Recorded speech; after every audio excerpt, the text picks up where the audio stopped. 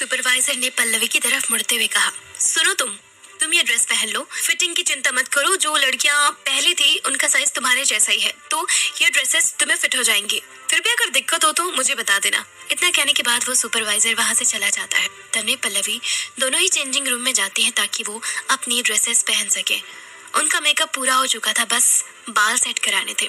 जब वो दोनों चेंज कर रहे थे तब उन्होंने कमरे में किसी के आने की आवाज सुनी। ऐसा लग रहा था कि कोई हड़बड़ी में वहां पर आया है। वो लोग अपने कपड़े बदल कर बाहर आने ही वाले थे कि तभी वो मेकअप आर्टिस्ट को कहते हुए सुनते हैं, अरे मिस लारा, आप यहाँ पर कैसे? आपको कुछ चाहिए? लारा ने कहा, मुझे कुछ नहीं चाहिए, मेरा मेकअप खराब हो चुका है। पता नहीं कौन पागल वर्कर स्टेज साफ कर रहा था तो उसने गलती से सारा पानी मेरे ऊपर डाल दिया और मेरा सारा मेकअप खराब कर दिया, इसीलिए इसे फिक्स कर दो। मेरा सीन भी बस कुछ ही देर में शूट होने वाला है, तो मेरे पास ज्यादा टाइम नहीं है। ऐसे तो वो मेकअप आर्टिस्ट पूरे टाइम बिल्कुल फियरलेस था, पर जैसे उसने लारा को देखा वो थोड़ा सा नर्वस हो गया। तभी उसने घबराते हुए कहा, क्यों नहीं मैडम, मैं अभी फिक्स कर देता हूँ, बस मुझे 1 मिनट दीजिए, मैं अभी आया। मेकअप आर्टिस्ट लारा से छुपता हुआ चेंजिंग रूम की तरफ जाता है और फिर तन्वी पल्लवी से कहता है, तुम दोनों कुछ देर के लिए यहीं पर रहना, बाहर बिल्कुल भी मत आना। जब ये यहाँ से चली जाएगी तभी बाहर आना, समझ में आई? वैसे तो तन्वी और पल्लवी दोनों को समझ नहीं आ रहा था कि ये सब हो क्या रहा है। वो आर्टिस्ट उन्हें बाहर क्यों नहीं आने दे रहा, पर फिर भी उन्होंने उसकी बात माननी ही थी, इसीलिए उन्होंने हाँ कह दिया। वो मेकअप आर्टिस्ट घबराता हुआ वहां से चला जाता है। जब पल्लवी ने पहली बार उस लड़की की आवाज सुनी थी तब उसे लगा था कि वो बहुत जानी पहचानी है। तन्वी ये जानने के लिए बेताब हो जाती है कि आखिर में वहां पर कौन आया है। तो वो चेंजिंग रूम से निकलकर मेकअप रूम की तरफ आती है, जहाँ पर उसने देखा कि एक लड़की जिसने कोई ट्रेडिशनल ड्रेस पहनी हुई है वो वहां पर बैठी है। तन्वी उसे साइड से देख सकती थी, उसकी नाक दिख रही थी, आंखें दिख रही थी, साइड चिन दिख रहा था। क्योंकि उसने बाल आगे किए थे इसीलिए उसका चेहरा नहीं देख पा रही थी। जैसे मेकअप आर्टिस्ट ने उसके सामने मिरर रखा और जब तन्वी ने उसका चेहरा देखा तो वो शॉक हो गई। हालांकि उसकी मेमोरी काफी अच्छी है, पर जो इंसान उसके सामने बैठी थी वो उसी की फैमिली का हिस्सा थी। ये और कोई नहीं बल्कि उसके चाचा की लड़की लारा वर्मा थी, जो तन्वी से हमेशा लड़ती रहती थी। बचपन में उन दोनों की कभी नहीं बनी। तन्वी तो पूरी तरह से शॉक हो गई क्योंकि उसने इतने सालों बाद अपनी बहन को वहां पर देखा था। तन्वी को तो ये भी नहीं पता था कि वो आखिर में कैसी दिखती है, पर आज उसने उसे एक ही नजर में पहचान लिया। तन्वी को तो ये भी नहीं पता था कि वो लारा से एक शूटिंग के सेट पर मिलेगी। सच में लाइफ कभी कभी अनप्रेडिक्टेबल हो जाती है। तन्वी को पता था कि उसे कभी ना कभी तो उस फैमिली को फेस करना ही पड़ेगा जिन्हें वो काफी साल पहले छोड़कर आ गई थी, चाहे वो इससे कितना भी बचकर क्यों ना भाग ले। पर लारा उसकी कजन बहन है और ये चीज चेंज नहीं हो सकती है। उसे कभी ना कभी तो ये फेस करना था, तो वो दिन आ गया था। तन्वी को उसे फेस करने का बिल्कुल भी मन नहीं कर रहा था। वो नहीं चाहती थी कि लारा उसे वहां पर देखे और उससे कई तरह के सवाल करे, पर अब वो यहाँ से बचकर भी नहीं निकल सकती थी। उसने मेकअप कर लिया था, ड्रेस पहन ली थी, साथ में सुपरवाइजर को भी वादा किया था कि वो रोल प्ले करेगी, तो अब यहाँ से निकलने का कोई चांस ही नहीं था। वो मेकअप आर्टिस्ट लारा का मेकअप सही कर रहा था। तभी उसने पूछा, अच्छा लारा, ये बताओ कि क्या तुमने विद्युत को कहीं देखा? क्या तुम उससे मिली? लारा ने उसे एक बड़ी सी स्माइल देते हुए कहा, ऑफ कोर्स मैंने उसे देखा, बहुत करीब से देखा। तुम्हें तो पता ही है कि हमारे कई सीन साथ में होने वाले हैं। वैसे सच बताऊं तो वो टीवी से ज्यादा हैंडसम रियल लाइफ में लगता है।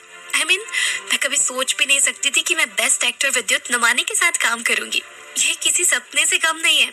सच में वो बहुत हैंडसम है। साथ में उसने आज जो आउटफिट पहना है उसमें तो वो काफी स्टनिंग लग रहा है। तुम्हें भी देखना चाहिए, उस मेकअप आर्टिस्ट ने भी कहा। आप बिल्कुल ठीक कह रहे हैं। जब भी आउटफिट की बात आती है तो विद्युत उसे हमेशा अच्छे से ही कैरी करते हैं। उन पर सारे आउटफिट्स इतने अच्छे लगते हैं कि सब लोग उन्हें हमेशा एडमायर करते हैं। मैंने किसी भी एक्टर को हर कॉस्ट्यूम में इतना स्टनिंग लगते हुए नहीं देखा जितना मैंने विद्युत को देखा है। पर वो हमेशा सेट पर बहुत ज्यादा स्ट्रिक्ट रहते हैं, ना किसी से ज्यादा बात करते, ना ही मस्ती करते। पता नहीं वो ऐसे क्यों है। इस बात पर लारा ने कोई जवाब नहीं दिया, पर इतनी ही देर में उसके असिस्टेंट वहां पर आ जाते हैं। हालांकि उसने उन दोनों की बातें सुन ली थी। तभी उसने कहा, वैसे ये कहना तो नहीं चाहिए पर ये बात तो सच है कि विद्युत हमेशा सबसे स्ट्रिक्टली बात करते हैं। उन्होंने कभी भी किसी से हंसकर बात नहीं की। पर हम सभी लोग जानते हैं कि चाहे वो किसी के साथ भी कितना भी स्ट्रिक्टली क्यों ना बात कर ले, वो हमारी लारा मैडम के साथ कभी भी इस तरह से बात नहीं करेंगे। आखिर में इन्होंने भी तो इंडस्ट्री में अपना इतना नाम कमाया है, प्लस ये दिखने में भी कितनी खूबसूरत है। मेकअप आर्टिस्ट ने भी असिस्टेंट की बात में हाँ मिलाते हुए कहा। हाँ, तुम बिल्कुल ठीक कह रहे हो। आफ्टर ऑल लारा वर्मा ने मेहनत से इंडस्ट्री में खुद का नाम बनाया है। ये कोई ऐसी वैसी एक्ट्रेस थोड़ी है। आखिर इसके साथ रूड होने की हिम्मत कौन कर सकता है भला। वैसे जहाँ तक रही विद्युत की बात, तो मुझे ऐसा लगता है कि जब वो लारा को देखेंगे और उनसे थोड़ी बातचीत करेंगे, तब इनका पर्सनली मिलना जुलना होगा, तो वो जरूर अपना एटीट्यूड बदल लेंगे। वैसे तो ये ऑफिशियली इनकी पहली फिल्म है जिसमें ये मेन लीड पर है, पर ये कितनी लकी है कि इन्हें बॉलीवुड की सबसे बड़ी फिल्म में इतनी जल्दी काम मिल गया। साथ में विद्युत नुमानी इनके को एक्टर है। अब इससे अच्छी किस्मत किसी की क्या हो सकती है। वैसे ये लारा की पहली लीडिंग फिल्म थी। उसके इस फिल्म में ज्यादा सीन्स नहीं थे, पर फिर भी ये लारा के लिए काफी बड़ी बात थी। इससे पहले उसने मॉडलिंग कर रखी थी, साथ में एक दो वेब सीरीज में काम कर रखा था, पर फिर भी लारा का इंडस्ट्री में काफी अच्छा खासा नाम चलता है। वैसे वो दोनों लारा को मस्का मार रहे थे ताकि अपना काम निकलवा सके, पर लारा उन बेवकूफ एक्ट्रेसेस में से नहीं है जो इनकी चिकनी चुपड़ी बातों में आ जाए। तभी उसने दोनों से कहा, तुम लोगों ने मेरी तारीफ की, ये बहुत अच्छी बात है, पर मुझे तुम लोगों की तारीफ की जरूरत नहीं है। विद्युत मेरे साथ किस तरह से पेश आते हैं मुझे सेट पर पता चल जाएगा। वैसे भी अभी तक हम लोग एक दूसरे के इतने पास भी नहीं आए हैं, ना ही हमारी कोई खास बातचीत हुई है। वैसे भी मेरे पास काफी टाइम है, तो तुम दोनों उसकी टेंशन मत लो कि वो मेरे साथ अपना एटीट्यूड बदलते हैं या नहीं। तुम लोग सिर्फ अपना काम करो। वैसे मेरी ड्रेस मुझे अंदर से काफी चुभ रही है एंड लूज भी हो चुकी है, तो मैं चेंजिंग रूम में से ठीक करने जा रही हूँ। मैं आऊँ? तब तक मेरी कॉफी रेडी रखना। इतना कहने के बाद लारा चेंजिंग रूम की तरफ आ जाती है। मेकअप आर्टिस्ट ने उसे रोकने की कोशिश तो की थी, पर तब तक बहुत देर हो चुकी थी।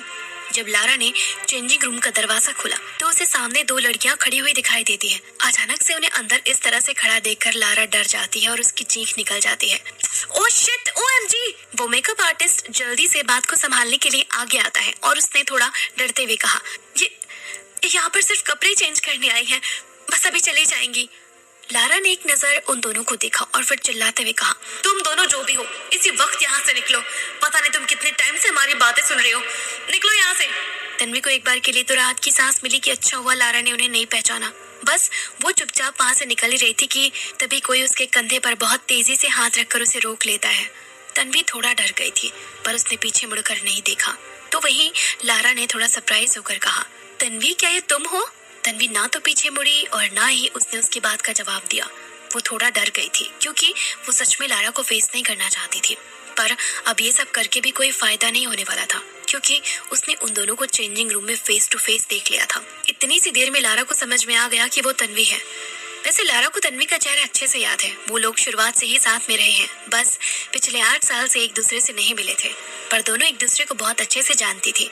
लारा अपने हाथ का फोर्स थोड़ा तेज कर लेती है क्योंकि तन्वी वहां से जा रही थी। तन्वी सच में उसे फेस नहीं करना चाहती थी, पर तभी लारा ने कहा, स्टॉप तन्वी, तुम मुझे अवॉइड करने की कोशिश कर रही हो, पर मैं जानती हूँ कि ये तुम ही हो। आखिर हो तो मेरी ही बहन ना, तुम्हें कैसे नहीं पहचानूंगी मैं। इसीलिए मुझसे नजरें चुराना बंद करो और मेरी आंखों में देखो। तन्वी ने उसे कुछ भी नहीं कहा। लारा ने उसे एक अजीब सी स्माइल देकर कहा, वैसे तुम्हें इतने सालों बाद यहाँ देखकर मुझे कोई खुशी नहीं हो रही है, बल्कि मैं तो हैरान हूँ कि एक टाइम पर जो कभी बड़े घर की लड़की हुआ करती थी, आज छोटी मोटी फिल्म एक्ट्रेस है जिसके बारे में शायद कोई जानता भी नहीं है। मुझे तुम्हारे लिए बुरा लग रहा है तन्वी। देखो तुम कहाँ से कहाँ आ गई। लाइफ कितनी अनफेयर है ना।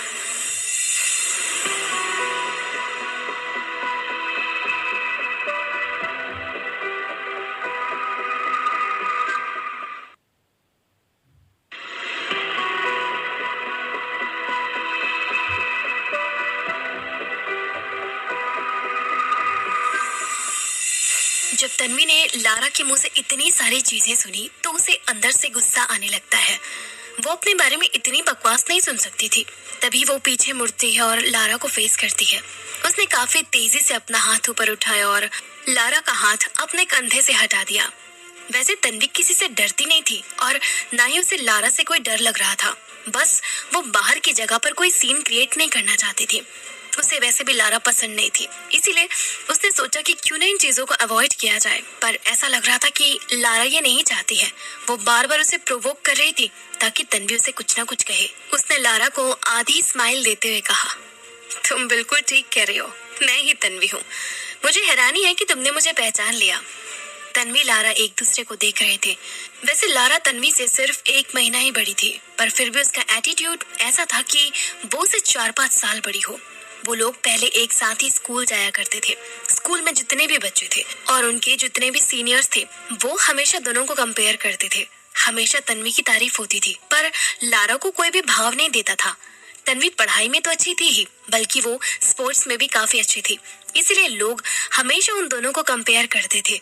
साथ में तन्वी हमेशा उससे अच्छी दिखती थी, तो जाहिर सी बात है उसे जलन होती थी। वो यही सोचती थी कि एक दिन वो तन्वी से इसका बदला जरूर लेगी, क्योंकि लोग उसकी बेइज्जती किया करते थे। लारा को एक बार किसी ने कहा था कि लड़कियां अपने बचपन में अलग होती हैं, पर जब वो अपनी टीनेज में आती हैं और एडल्टहुड में आती हैं तो वो बहुत खूबसूरत हो जाती हैं। ऐसा ही कुछ लारा के साथ हुआ था। भले ही वो बचपन में तन्वी जितनी खूबसूरत नहीं दिखती थी, पर उस टाइम उसे कोई भाव नहीं देता था। पर अब वो काफी सुंदर हो चुकी है, साथ में उसे काफी अटेंशन भी मिलती है। लारा को तो ये भी लगता था कि तन्वी की जिंदगी वैसी नहीं रही जैसे पहले थी। उसे काफी ज्यादा हार्ड वर्क करना पड़ता होगा, दिन रात मेहनत करनी पड़ती होगी, जिस वजह से उसके चेहरे पर झुर्रियां आ गई होंगी और वो इतनी सुंदर नहीं रही होगी जितनी वो पहले थी। पर जब उसने रियलिटी में तन्वी को देखा तो वो हैरान रह गई, क्योंकि वो पहले से भी ज्यादा खूबसूरत हो चुकी थी। उसके चेहरे पर ना तो झुर्रियां थी और ना ही कोई दाग धब्बे।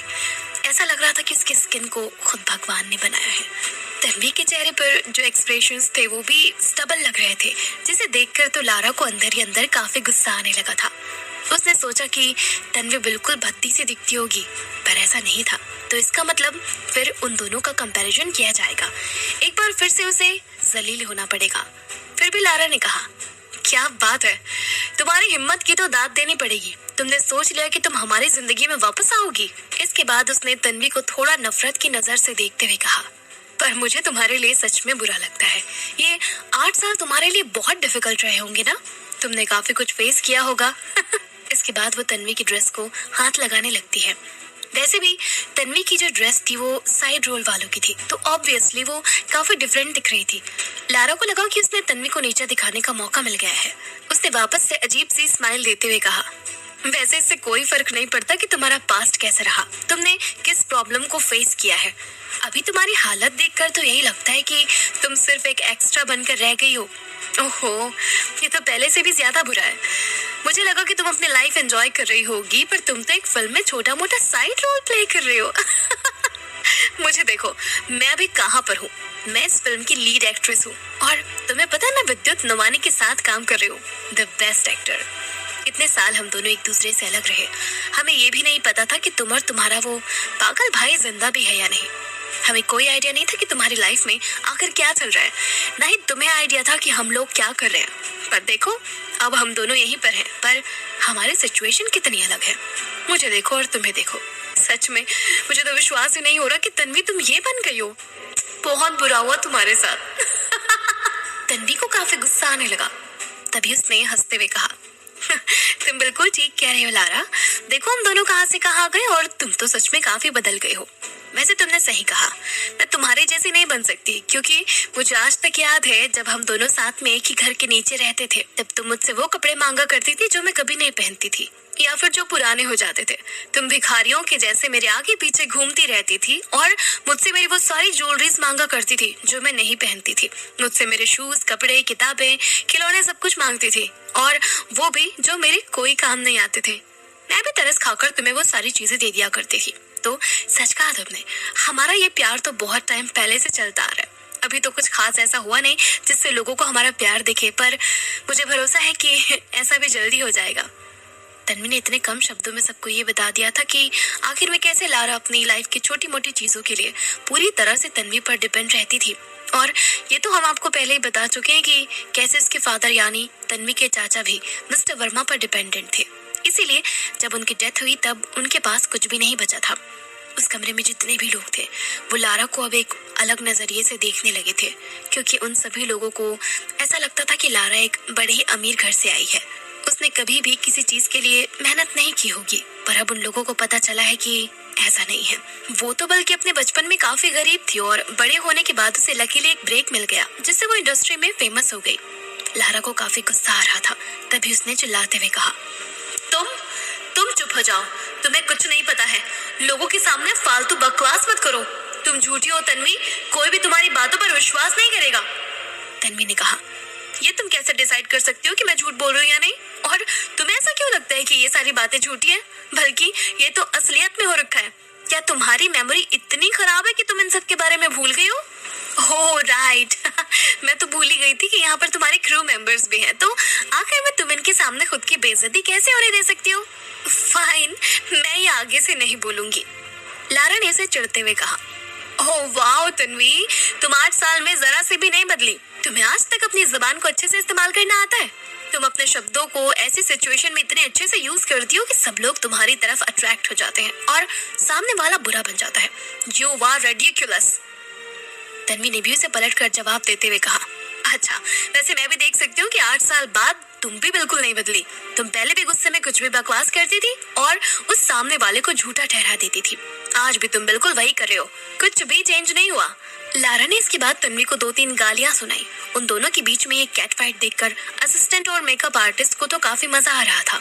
उन्हें ऐसा लग रहा था कि उन्हें जाकर ये बात न्यूज में दे देनी चाहिए, क्योंकि अगर ऐसा हो गया तो उसके अगले दिन इंटरनेट पर ये वायरल हो जाएगी। पर फिर उन्हें लगा कि अगर लारा तन्वी में से किसी को भी इस बारे में पता चला तो अच्छा नहीं होगा। तो वहीं पल्लवी दोनों बहनों को इस तरह से लड़ता हुआ देखकर हैरान थी। उसे सच में नहीं लगा था कि तन्वी की कजिन बहन ऐसी है। वो हमेशा सोचती थी कि उसकी पूरी फैमिली रेप्यूटेटिव है, साथ में डिसिप्लिन्ड भी। पर लारा को देखकर तो ऐसा नहीं लग रहा था कि वो कहीं से भी डिसिप्लिन्ड इंसान है। तन्वी ने उसे थोड़ा और उकसाते हुए कहा, देखो देखो तुम्हें, मैंने कुछ भी तुम्हारे बारे में गलत नहीं कहा। अभी भी तुम मुझे गालियां दे रही हो। Are you serious? हम बड़े हो चुके हैं, बच्चे नहीं रहे कि तुम किसी के भी सामने मुझे गालियां दे दोगी। घटिया इंसान मैं नहीं, तुम हो लारा।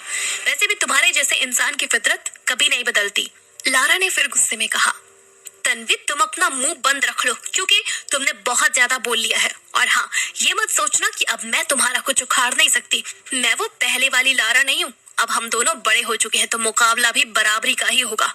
वैसे शायद तुम भूल गई हो तो मैं बता दूं कि मैं इस फिल्म की लीड एक्ट्रेस हूँ और विद्युत के अलावा मुझ पर कोई भी हुक्म नहीं चला सकता। सुना तुमने?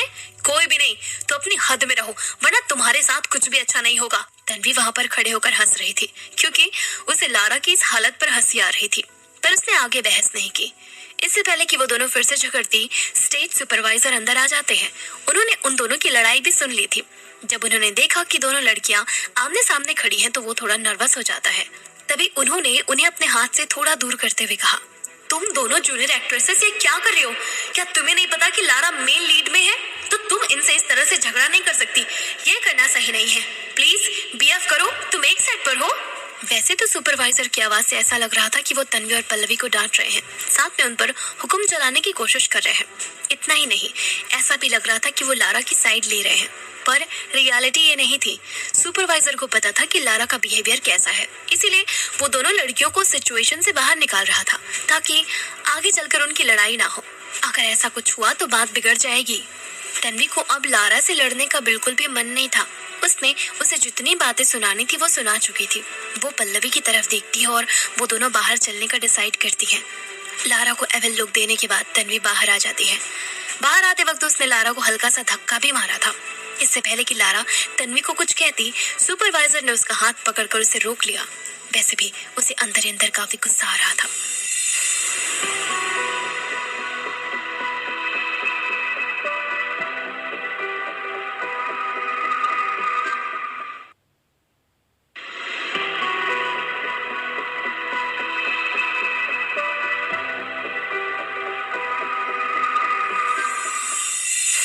वो सुपरवाइजर लारा को शांत करके बाहर आ जाता है। फिर उसने तन्वी और पल्लवी से बहुत शांति से बात करते हुए कहा, देखो अंदर जो कुछ भी हुआ उसके बारे में भूल जाओ।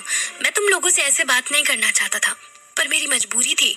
मैं तुम दोनों को बस एक ही चीज समझा सकता हूँ कि आगे से कभी भी लारा से झगड़ा करने की कोशिश मत करना, क्योंकि उसके पीछे बहुत बड़े बड़े लोगों का हाथ है। उसे काफी सपोर्ट मिला हुआ है, इसीलिए कोई भी उससे पंगा लेने की कोशिश नहीं करता। मैं तुम लोगों को भी यही सजेस्ट करूंगा कि उस लड़की से दूर रहना, वरना तुम लोग भी फंस सकती हो। मैं तुम्हें यहाँ लेकर आया तो ये मेरी रिस्पॉन्सिबिलिटी बनती है कि मैं तुम्हें किसी चीज में फंसने ना दूं। एंड सबसे इम्पोर्टेंट बात, अगर तुम्हें वो आगे कहीं पर भी मिलती है, चाहे वो सीन शूट करते वक्त हो या फिर ऐसे ही वो तुमसे टकरा जाए, तो प्लीज उसे इग्नोर कर देना। उससे ना तो कोई बात करना, ना ही कोई रिस्पॉन्स देना, बस वहां से चले आना। इसी में तुम लोगों की भलाई है। तन्वी ने सुपरवाइजर के मुंह से ये सुना कि लारा को बड़े बड़े लोगों का सपोर्ट मिला हुआ है, तो वह हैरान हो गई। आखिर में ये कैसे पॉसिबल हो सकता था? मसूरी जैसी जगह पर लारा को कौन सपोर्ट करता है? वैसे भी उसकी सिचुएशन इतनी अच्छी तो नहीं है कि बड़े बड़े लोग उसको सपोर्ट करें। तन्वी को कुछ समझ नहीं आ रहा था कि आखिर में इतने सालों में उसके साथ क्या हुआ है। सच में वो इतनी बड़ी बन गई है कि उसे इन लोगों का सपोर्ट मिल रहा है, या फिर इसके पीछे भी कोई कहानी छुपी हुई है। इतना सब कुछ सोचने के बाद वो अपना सिर नीचे झुका लेती है और अपनी उंगलियों को देखने लगती है। फिर उसने इस बात को जाने दिया और सुपरवाइजर को एक सेटिस्फैक्टरी स्माइल दी। सुपरवाइजर ने अपनी बात को कंटिन्यू रखते हुए आगे कहा, हम तुम्हारे लिए दूसरा मेकअप आर्टिस्ट ढूंढ लेंगे क्योंकि तुम्हारा मेकअप पूरा नहीं हुआ है। ऐसा लग रहा है कि ये कंप्लीट हो चुका है, पर नहीं। जब हम स्क्रीन पर होते हैं तो अलग टाइप का मेकअप होता है, और जब तुम्हारा मेकअप हो रहा होगा तो मैं तुम्हें तुम्हारा रोल भी समझा दूंगा। एक्चुअली तुम्हें सीन के लिए किसी भी एक्टिंग स्किल की ज़रूरत नहीं है। इसमें तुम्हें ऐसा कुछ भी नहीं करना है जिसमें तुम्हें अपनी एक्टिंग स्किल दिखानी पड़े या फिर जिसे देखकर तुम नर्वस हो जाओ। मैं जानता हूँ कि तुम दोनों नए हो, इसीलिए तुम्हें एक्टिंग नहीं आती होगी, पर कोई बात नहीं। वैसे मुझे लगता है कि तुम दोनों को सीन अभी समझा देना चाहिए। वैसे भी वो इतना बड़ा नहीं है कि हम लोग मेकअप रूम आने का वेट करें। देखो, सीन ये है कि जो हीरो है वो खुद और उसके दोस्त एक ब्रोथल यानी वैश्यालय में जाते हैं ताकि कुछ मजे कर सके, पर जो फीमेल लीड होती है उसे इसके बारे में पता चल जाता है और वो भी ब्रोथल आने के लिए निकल पड़ती है ताकि वहाँ पर सीन क्रिएट कर सके। बस यहाँ पर सीन कंप्लीट हो जाएगा। जब तन्वी ये सुनती है तो हैरान हो जाती है और उसने इसी हैरानी में सुपरवाइजर से पूछा, तो इसका मतलब हम जो रोल प्ले करने वाले हैं वो एक प्रोस्टिट्यूट का होगा जो इस ब्रोथल में काम करती है? स्टेज सुपरवाइजर ने कहा, बिल्कुल सही, तुम्हारा यही रोल है। देखो, ये मत समझना कि ये खराब है या फिर इससे तुम्हारी इमेज पर फर्क पड़ेगा। ऐसा कुछ नहीं होगा। तुम सिर्फ एक्टिंग कर रहे हो एंड तुम दोनों मुझे सीन के लिए सबसे बेस्ट लगी, इसीलिए मैं तुम दोनों को लेकर आया। तुम दोनों से अच्छा प्रोस्टिट्यूट कोई बन ही नहीं सकता। तन्वी और पल्लवी दोनों ही एक दूसरे को सरप्राइज होकर देख रहे थे और तन्वी को खुद को मारने का मन कर रहा था क्योंकि उसने विद्युत की इस फिल्म में काम करने के लिए हाँ कह दी थी। उसने खुद के पैर पर कुल्हाड़ी मार डाली थी। हालांकि इस वक्त सबसे बड़ी दिक्कत ये थी कि अगर विद्युत उन दोनों को वहां पर देख लेगा, स्पेशली तन्वी को, वो भी इस रोल में, तो पता नहीं वो किस तरह से रिएक्ट करेगा, क्योंकि सच में ये काफी बड़ी बात थी। वो अपनी बीवी को प्रोस्टिट्यूट बनते हुए कैसे देख सकता था? वैसे तो ये एक फिल्म थी, पर फिर भी तन्वी अपने हाथ से खुद के सिर पर काफी तेजी से मारती है क्योंकि उसे खुद पर गुस्सा आ रहा था। ना जाने क्यों उसने इस रोल के लिए हाँ कर दी। हालांकि उसे पहले तो पता नहीं था कि उसका रोल क्या है। उसे लगा था कि कोई नॉर्मल स्ट्रेंजर का रोल होगा जो वो आसानी से कर लेंगे, पर ये बिल्कुल नॉर्मल नहीं था। क्या वो इस सीन से भाग सकती है? जवाब था नहीं। अब भागने का कोई फायदा नहीं था। कुछ ही देर में बातें करते करते वो लोग मेकअप रूम में पहुंच जाते हैं। जब मेकअप आर्टिस्ट उनका मेकअप फिक्स कर रहे थे तभी तन्वी ने कहा, आप इसे जितना थिक कर सकते हो उतना थिक कर दो। बस मैं चाहती हूँ कि मैं किसी के पहचान में ना आऊँ। अगर आप मेरा ये चेहरा मेकअप करके बदल सकते हैं तो वो भी कर दीजिए, मुझे कोई दिक्कत नहीं है।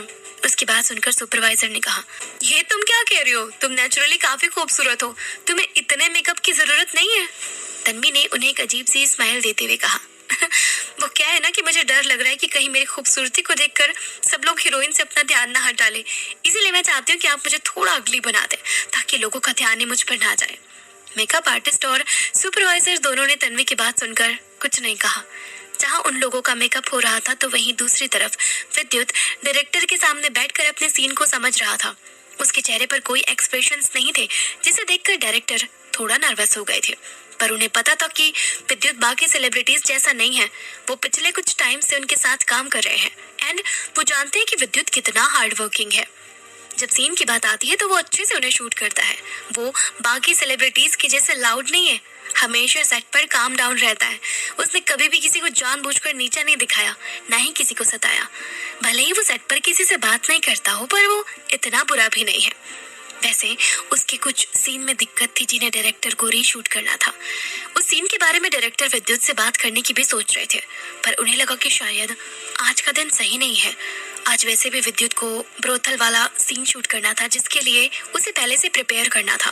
वैसे उन्होंने काफी सारे एक्टर्स के साथ काम किया है जो लास्ट वाले सीन को बहुत खूबसूरत तरीके से पोर्ट्रे करते हैं, पर डायरेक्टर को विद्युत को देखकर कुछ समझ नहीं आ रहा था कि वो ये सीन सच में वैसे शूट कर पाएगा जैसा वो चाहते हैं, या फिर उन्हें कुछ दूसरा जुगाड़ लगाना पड़ेगा।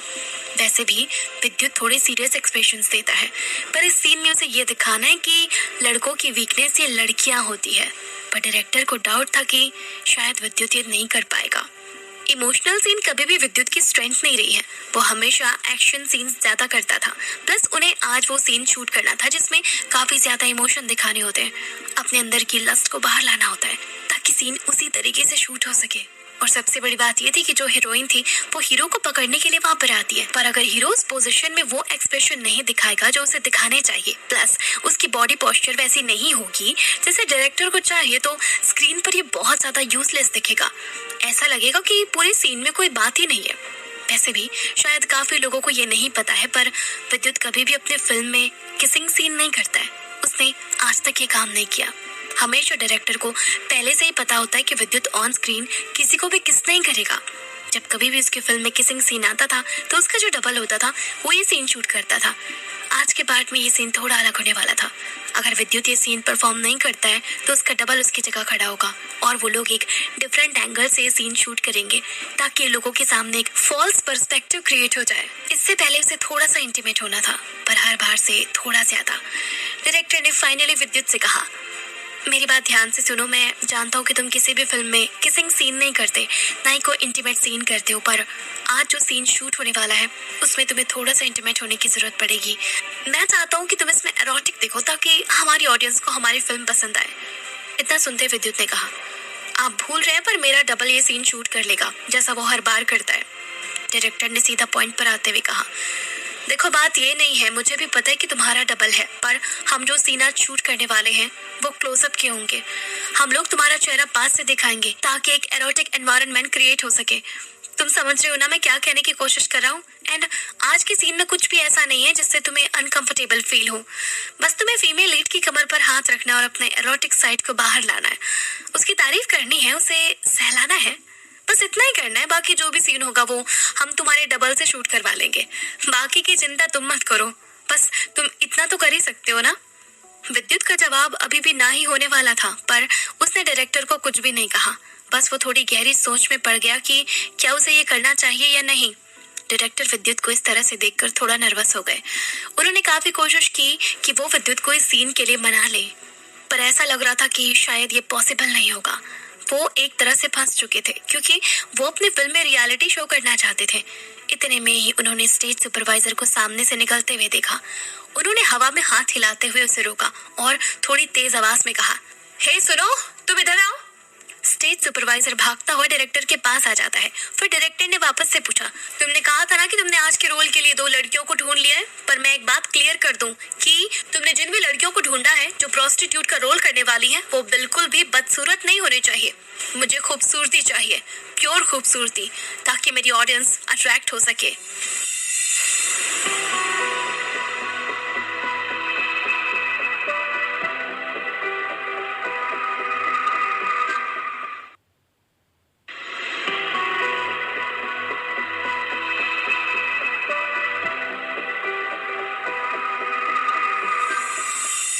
डायरेक्टर की बातें सुनने के बाद स्टेज सुपरवाइजर विद्युत की तरफ देखने लगता है। सेट पर सभी लोग ये जानते हैं कि जब बात ऐसे सीन की आती है तो विद्युत हमेशा मना करता है। लड़कियों के मामले में विद्युत थोड़ा सा कॉन्शियस है, यहाँ तक कि वो लोग पास्ट में ये शर्त भी लगाया करते थे कि क्या विद्युत उनके साथ काम करेगा या नहीं, क्योंकि एक बार के लिए वो ये सारे सीन लड़कों के साथ शूट कर लेगा पर लड़कियों के साथ कभी नहीं। उन सबको तो यही लगता था कि विद्युत हमेशा लड़कियों से दूर रहता है, पर अभी कुछ टाइम पहले जब उसकी शादी की खबरें आने लगी तो लोगों का नजरिया उसे लेकर बदल गया। उन्हें लगने लगा शायद ये चीज सही नहीं है, उसे लड़कों में इंटरेस्ट है एंड वो लोग ही गलत सोचते हैं। तो जब डायरेक्टर ने सुपरवाइजर से पूछा कि लड़कियां सुंदर हैं या नहीं, तब उसी के रिप्लाई में सुपरवाइजर ने कहा, नहीं नहीं सर, आप बिल्कुल भी चिंता मत करिए, मैंने जिन लड़कियों को ढूंढा है वो बेहद ही खूबसूरत है। आप यकीन नहीं करेंगे पर दोनों लड़कियां खूबसूरत होने के साथ साथ इतनी जोशीली हैं कि आपको काम करने में मजा आ जाएगा। वो बिल्कुल भी अगली नहीं दिखती हैं। मैं जानता हूँ कि आपकी चॉइस कैसी है, इसीलिए मैं अभी तक की सबसे बेस्ट साइड रोल ढूंढ कर लेकर आया हूँ। बस उनका मेकअप हो रहा है, जैसे ही वो तैयार हो जाएंगे हम लोग सीन शूट कर लेंगे। डायरेक्टर से इतना कहने के बाद वो विद्युत की तरफ देखता है और फिर थोड़ा नर्वस होकर कहता है, सर अगर आप चाहे तो मैं आपको उन दोनों लड़कियों से मिलवा सकता हूँ, आप मिलकर अपने आप को कंफर्टेबल कर लीजिए। अगर आप लड़कियों से मिलेंगे तो आपको भी पता चल जाएगा कि एंड में आपको किसके साथ सीन शूट करना है। वैसे तो दोनों बहुत ही ज्यादा अच्छी दिखती हैं, पर फिर भी आप अपनी चॉइस से देख लेते तो ज्यादा सही होता। विद्युत ने अपने मन में सोचा कि जो एक्ट्रेसेस सेट पर आई हैं वो एक स्टेज सुपरवाइजर ने ढूंढी है। मतलब इतनी बुरी भी नहीं होंगी, क्योंकि स्टेज सुपरवाइजर को पता है कि स्क्रीन के ऊपर क्या सही लगेगा। प्लस वो डायरेक्टर की चॉइस भी जानता है। पर विद्युत ने जल्दी से थोड़ा सख्त बनते हुए कहा, नहीं, इसकी कोई जरूरत नहीं है, मैं उन्हें सेट पर ही मिलूंगा।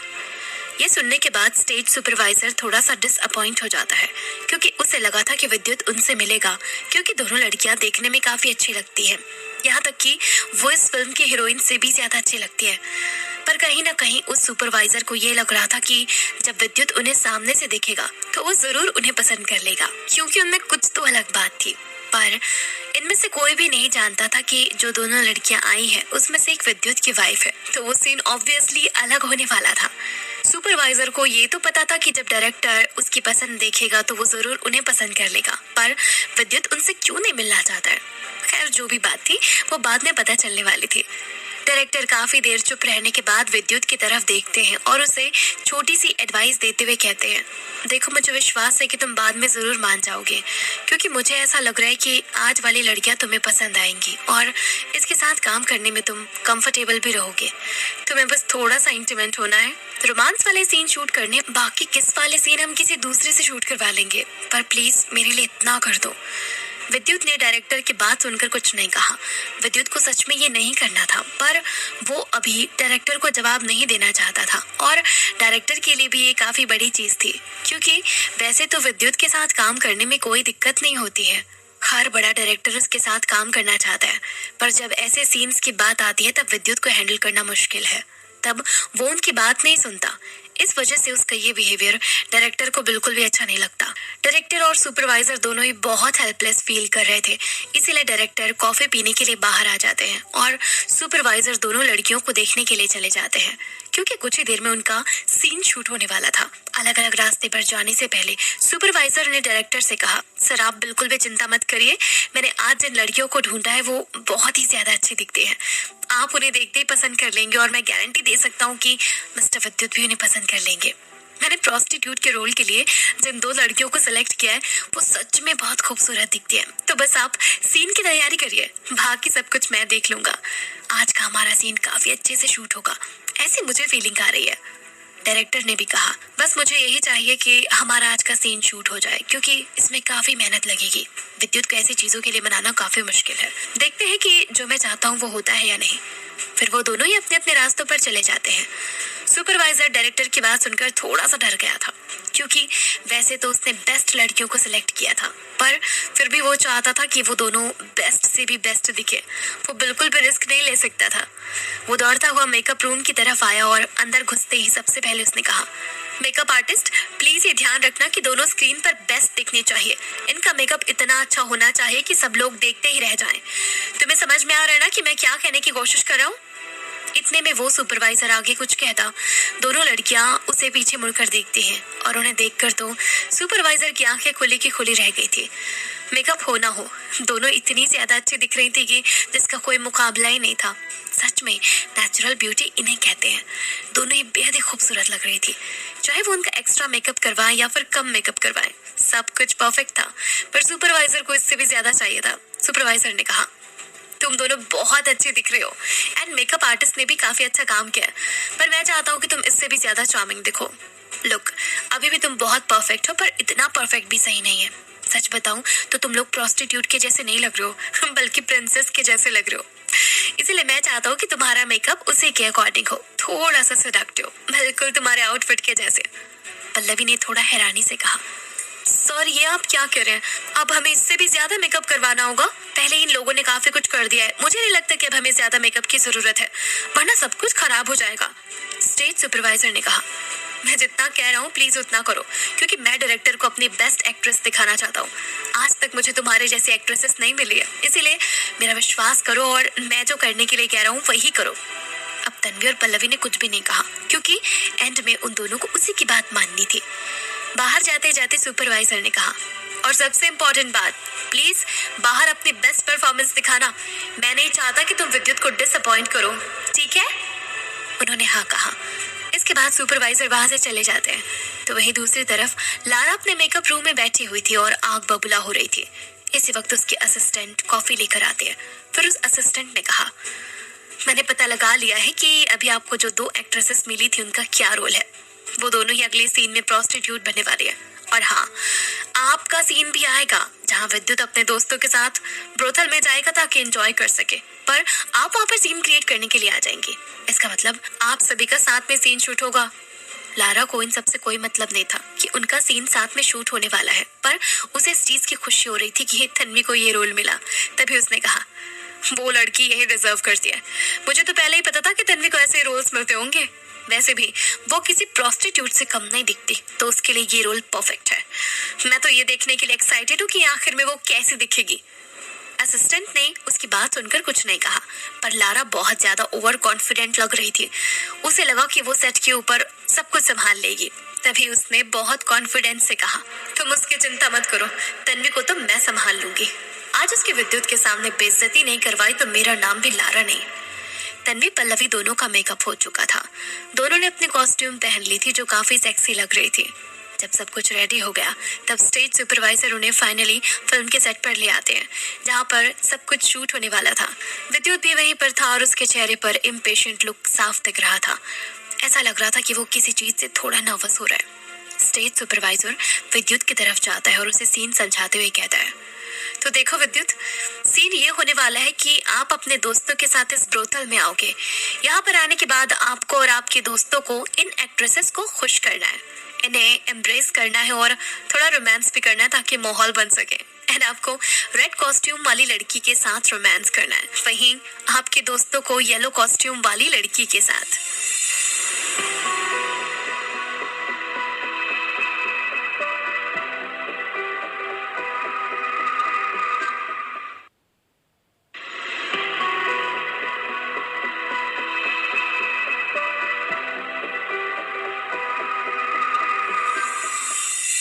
वैसे विद्युत के साथ चिराग भी सीन में होने वाला था, तो जब वो दोनों ही तन्वी पल्लवी को कन्फ्रंट करेंगे तो वो सीन देखने लायक होगा। जाहिर सी बात है, चिराग को भी नहीं पता था कि तन्वी पल्लवी वहां पर आए हुए हैं, जैसे विद्युत को नहीं पता। तो जब वो चारों एक ही सेट पर वो भी ऐसे सीन में एक साथ मिलेंगे तो पता नहीं कौन सा बड़ा धमाका होगा। स्क्रिप्ट के अकॉर्डिंग चिराग विद्युत का भाई बना है। वो दोनों वैसे तो कजन भाई हैं, पर फिर भी उनका प्यार सगे भाइयों से बढ़कर है। बचपन में दोनों साथ रहे हैं और अभी दोनों ही यंग एज में हैं। इसीलिए थोड़ी मस्ती करने के लिए वो इस ब्रोथल में आए हैं जहाँ पर उन्हें 2 प्रोस्टिट्यूट्स मिलेंगी। जब सुपरवाइजर विद्युत को सीन समझा रहा था तभी उसने कहा, मैं जानता हूँ कि इस सीन को किस तरह से फिल्म करना है। इसके बाद उसने डायरेक्टर से कहा, सर मैं जानता हूँ कि हम लोग एक ब्रोथल में आए हैं, पर यहाँ पर आने का ये मतलब नहीं है कि हमें लड़कियों के साथ फिजिकल होना है। हम लोग आई कांटेक्ट करके भी ये सीन शूट कर सकते हैं। अगर आप चाहेंगे तो मैं उन्हें अपने थोड़ा करीब कर लूंगा, हम दोनों एक दूसरे की आंखों में देखेंगे और आप इस सीन को फिल्म कर लेना। ये भी सीन शूट करने का एक बेहतर ऑप्शन है। डायरेक्टर विद्युत की बात सुनकर स्पीचलेस था। वैसे तो वो विद्युत को इस चीज के लिए सुनाना चाहता था क्योंकि उन्हें विद्युत का आइडिया 1% भी अच्छा नहीं लगा था, पर वो उन्हें नहीं डांट सकते थे क्योंकि विद्युत एक टॉप एक्टर में आता था। अगर वो विद्युत को बीच फिल्म में इस बात के लिए डांटेंगे या फिर कुछ भी सुनाएंगे तो ये उनके लिए अच्छा नहीं होगा। शायद उन्हें नुकसान भी झेलना पड़ सकता है, इसीलिए उन्होंने कुछ नहीं कहा। पर विद्युत उनके जवाब का इंतजार कर रहा था। तभी उन्होंने बहुत हेल्पलेस फील करते हुए कहा, ठीक है, तुम इस सीन को अपने अकॉर्डिंग शूट करने की कोशिश करो। अगर स्क्रीन पर ये अच्छा दिखता है तो कोई प्रॉब्लम नहीं है, पर अगर ये सही नहीं हुआ तो हम इसे वापस से शूट कर लेंगे। Is that okay? विद्युत ने कहा, ओके। इसके बाद डायरेक्टर उसके डुप्लीकेट को ढूंढने के लिए चले जाते हैं क्योंकि आगे वही काम आने वाला था। एट दिस मोमेंट तन्वी और पल्लवी दोनों ही साइड में खड़े होकर शूटिंग शुरू होने का इंतजार कर रहे थे। उन लोगों ने जो कपड़े पहने हुए थे वो ऐसे थे जिसमें उनका पूरा शरीर ढका हुआ नहीं था, ना ही वो कपड़े इतने थिक थे कि उनकी ठंड रुक सके। और मसूरी में इस टाइम काफी ठंड पड़ रही होती है। नॉर्मल इंसान जिसने कपड़े पहन रखे हो उसे इतनी ठंड नहीं लगेगी, पर जिसके शरीर पर आधे कपड़े हो उसकी हालत आप लोग समझ सकते हैं। उनके कॉस्ट्यूम समर के हिसाब से बनी थी, पर क्योंकि वहां पर ठंड थी तो उन दोनों का शरीर पूरी तरह से कांप रहा था। वो लोग उस ठंड को सहन नहीं कर पा रहे थे।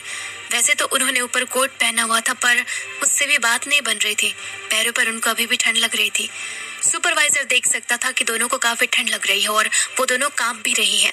तभी वो उनके पास आकर कहता है, आई एम सो सॉरी कि तुम लोगों को इस तरह से ठंड में खड़ा रहना पड़ रहा है, एंड तुम्हारे तो कपड़े भी इतने छोटे हैं कि तुम्हें हमसे भी ज्यादा ठंड लग रही होगी, और शूटिंग शुरू होने में अभी कम से कम 10 से 15 मिनट लगेगी, तो क्यों ना तुम लोग सामने वाले मेकअप रूम में चले जाओ, वहाँ पर हीटर लगा हुआ है, वहां जाकर तुम दोनों थोड़ी देर बैठो और खुद का शरीर गर्म करो, ताकि तुम्हें ठंड ना लगे, ना ही तुम्हारी तबीयत खराब हो।